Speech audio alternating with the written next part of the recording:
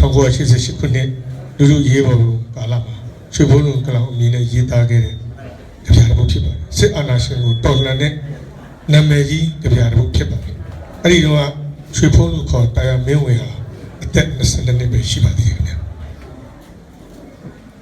ကျွန်တော်တို့ခုချိန်စတင်ပြီးတော့ကျောင်းဖွင့်ရင်အမည်ရတဲ့အများရှိကိုကျွန်တော်တို့စတင်ရပတ်ပါမယ်ခင်ဗျာကျောင်းဖွင့်ရင်ငါတို့ကျောင်းတော်ကြီးရဲ့မော်ဂွန်းထိမ့်သိမ်းရေးအခမ်းမှာ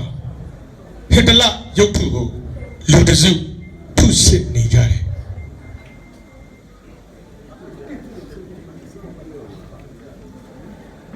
သူတို့ဟာရုပ်ထုရဲ့ရှေ့မှာကျိန်စာတွေရုပ်ဖတ်ပြားရည်ဆက်တွေကိုမီးရှို့ပူဇော်ဆိုင်ယာနိုင်ဖြူလျော်တွေတွန်းကျဲပက်ချဟစ်တလပါဇက်ထဲကကြည်စံတော့ထွက်အံကြလာတယ်သူတို့ဟာကြောက်တင်ဘုံပေါ်မှာအဲ့ဒီကြည်စံနဲ့ကျောင်းဖွင့်ပြီဆိုတဲ့စာကိုရေးသွေးစွန်းလက်တွေနဲ့ပြူမှာစွာဖိတ်ခေါ်ကြပါပြီငါတို့ကျောင်းတော်ကြီးရဲ့ဟောင်းနှမ်းနေတဲ့အခန်းလွတ်တစ်ခုဟာတဖြည်းဖြည်းနှစ်90လောက်ကျန်ငယ်သွားတယ်အရင်ကမမြင်ရတဲ့ဖိုးတုံးကအရေးတွေနိုင်ရန်တွေခုံတန်းလျားတွေစီကလူးလွန်ထအဲ့ဒါအောင်ဆန်းတို့ကျော်ငိမ့်တို့သိမ့်ဖေတို့ညိုမြတို့ရဲ့ဝိညာဉ်တွေပဲဗမာပြည်လွတ်လပ်ရေးကိုသူတို့မျက်နှိုးဗမာပြည်လွတ်လပ်ရေးအတွက်သူတို့ရုန်းကန်အာဏာရှင်ကိုဖီဆန်ခဲ့ကြတယ်ခုသူတို့ရဲ့ဝိညာဉ်တွေဟာကဘာမကြေဘူးငါတို့တွင်ရွေးခဲ့ကြတဲ့မောကွန်းတေတချင်းလေးနားဆင်ရဲ့ရာဇဝင်ရဲ့ကြော့ပြန်စိန်ခေါ်ပွဲကိုမျက်ရည်တဝဲဝဲနဲ့စောင့်ကြည့်နေပါတယ်ငါတို့ကျောင်းတော်ကြီးရဲ့ဒီဘက်ခေတ်1989-88နှစ်များထဲမှာတက္ကသိုလ်စာကြည့်တိုက်ထဲမှာဖြူဝါးဝါအရေးတချို့စာထိုင်ဖတ်နေကြတယ်တချို့ဖတ်တာကြပြစာအုပ်တချို့ဖတ်တာသမိုင်းစာအုပ်တချို့ဖတ်တာနိုင်ငံရေးစာအုပ်ရုတ်တရက်အဖြူရိပ်တစ်ခုဟာထိုင်ရာကထဗမာပြည်ကိုကယ်တင်ရတော့မယ်နောက်ထပ်အဖြူရိပ်တစ်ခုစာအုပ်ပိတ်ဗမာပြည်ကိုကယ်တင်ရတော့မယ်ဗမာပြည်ကိုထိတ်တုံးချွတ်ပေးရတော့မယ်သူတို့ဟာတိတ်ဆိတ်စွာအခန်းပြင်ကိုထွက်သွားကြပါတော့တယ်စာကြည့်တိုက်ရဲ့စာအုပ်ပိတ်တံများလွယ်အိတ်လွယ်တံများဖနက်စီးတံများအစုံမှာနောက်ထပ်အဖြူရိပ်တစ်ခုထပ်ထွက်နောက်ထပ်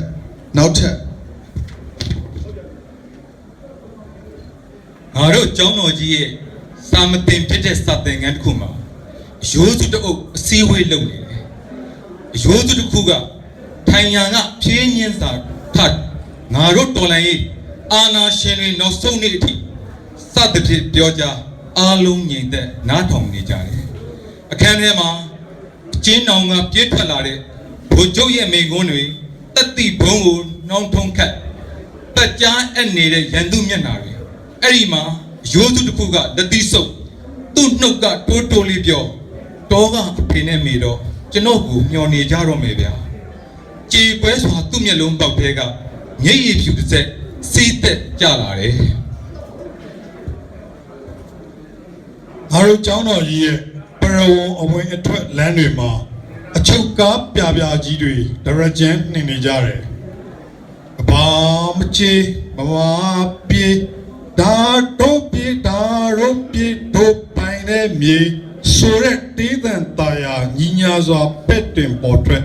ကျောင်းသားလက်တွေသွေးစိတ်ယိုစီးခဲ့ပြီအချုပ်ကားပြပြကြီးရဲ့ဥထိပ်မှာသူတို့ရဲ့တစိမ့်သူတို့ရဲ့အလံဥကောင်းကောင်မှာအယိုးနှချောင်းကန့်လန့်ဖြတ်ထားတဲ့တဒံသာဖြစ်တယ်ခေါင်းလောင်းကျောင်းခေါင်းလောင်းအိုကြီးဟာဖက်ခွာသွားတဲ့အချုပ်ကားနောက်ပြေးလိုက်ခလုတ်တိုက်ပြီးလဲပြိုကျ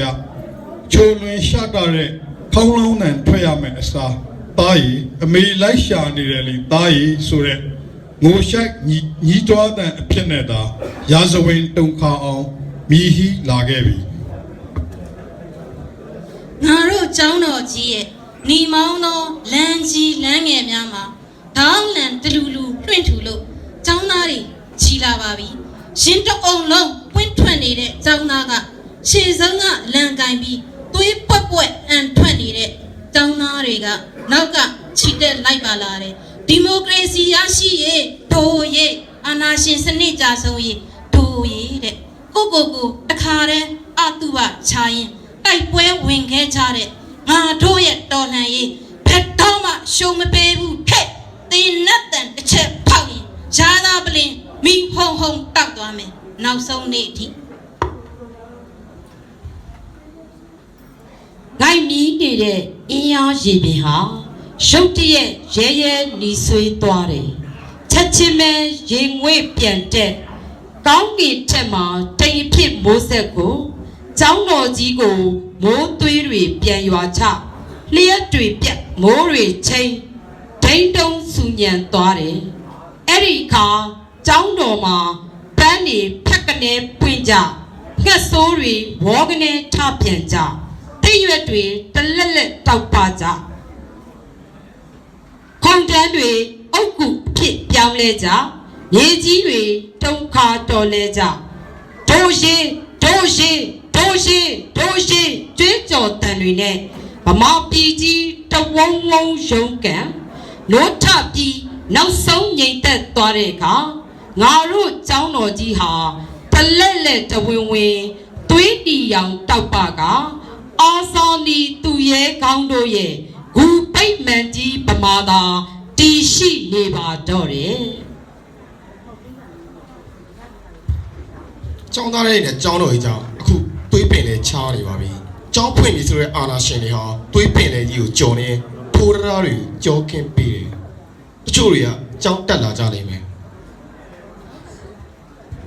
အဲ့ဒီတချို့ကအကြောင်းပါလို့စိတ်မကောင်းစွာပြောရင်ထုံတတော်ကိုရှောက်နေကျောင်းကန်းအတွင်းဝတ္တရားအရငါတို့နားလေခွဲလွတ်နိုင်ပါလေတချို့ကတော့ဂုံတုဂုံပြိုင်ကောင်းကြောင်ပြောရင်ထုံးနှံတဲ့ပန်းကင်ကိုဖြတ်ရီးစားထောက်ဖို့ကျောင်းပြန်တက်ကြနိုင်မယ်အဲ့လိုလူစားတွေကိုတော့ငါတို့ခွင့်လွတ်တိတိုင်အောင်ရာဇဝင်ကခွင့်လွတ်မသိသူတို့ဟာတမိုင်းမှာသစ္စာပေါက်များတာဖြစ်တယ်ကျောင်းသားနဲ့ကျောင်းဒီနေ့တော့အောင်ရမှာပဲငါတို့တွေသွေးပင်လယ်ကိုဖြတ်ကူးပြီးကျောင်းကြီးစီရောက်သွားကြမယ်သွေးပင်လယ်ကြီးဟာတငွေ့ငွေ့ပူချေစုပွဲထက်ကောင်းကြီးမုံတိုင်းလိုအစာပြိုးသွေးလိုက်တပိုးတဝုံဝုံပြင်းထန်ငါတို့တွေလှဲ့မပြတ်ဘူးငါတို့တဲကတချို့ဟာကိုရိုးကိုချိုးလှေပြစ်ထွန်းထုငါတို့တဲကတချို့ဟာကိုသားကိုလှီနိုင်ရန်အဖြစ်ခင်းရိုက်ငါတို့တဲကတချို့ဟာကိုလက်ဖွားကိုရိုက်ဖြတ်လေရွက်အဖြစ်ဆက်ချုပ်မုံတိုင်းကိုခွဲဝေသွေးပင်လယ်ကိုဖြတ်ပြီးကျောင်းတော်ကြီးစီကိုသွားဖို့လုပ်နေတယ်နောက်ဆုံးမှာဒေါင်းလန်ကိုပြောင်းဆောင်လွှင့်ထူရင်းအမှန်တရားတစ်ခုတည်းငါတို့တစ္ဆာအဋ္ဌံပြုအိုသူရဲကောင်းတို့အိုကြဆုံးခဲ့တဲ့ဒီမိုကရေစီတိုက်ပွဲဝင်တငယ်ချင်းဟောင်းသူရဲကောင်းတို့ထာဝစဉ်မပြတ်ပြဲနိုင်လောက်အောင်မြင့်မြတ်စွာကြဆုံးခဲ့သောတင်တို့၏ဝိညာဉ်တကိုးတော်များသည်ငါတို့၏ရှင်းနောက်ဝဲရာဖဲ့အောင်ဝန်းကျင်၌ပြန့်နှံ့တည်ရှိကြကုန်သော၏ထို့သောတင်တို့၏ဝိညာဉ်တကိုးတော်များသည်ငါတို့၏ခန္ဓာကိုယ်အနှံ့အပြားသို့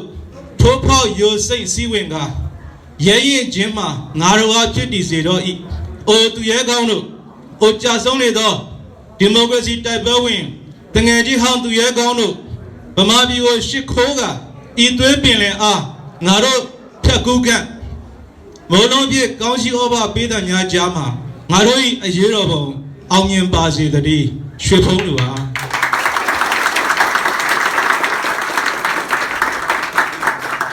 အားလုံးပဲဒီနေ့ကျင်းပတဲ့ဒါမျိုးဝေအမတ်တရားအခမ်းအနားမှာကျွန်တော်တို့အားလုံးနဲ့အတူကပါဝင်ပြသဆွေးနွေးရတဲ့မိတ်ဆွေပေါင်းလေးရောက်များတန်ငယ်ချင်းများအပိဋကအားလုံးကျေးဇူးတင်ကြောင်းပြောရင်းနဲ့ပဲဒီနေ့ဒီအခမ်းအနားကိုဒီချိန်မှာရပ်သိမ်းလိုက်ပါတယ်ဗျာအားလုံးမင်္ဂလာပါ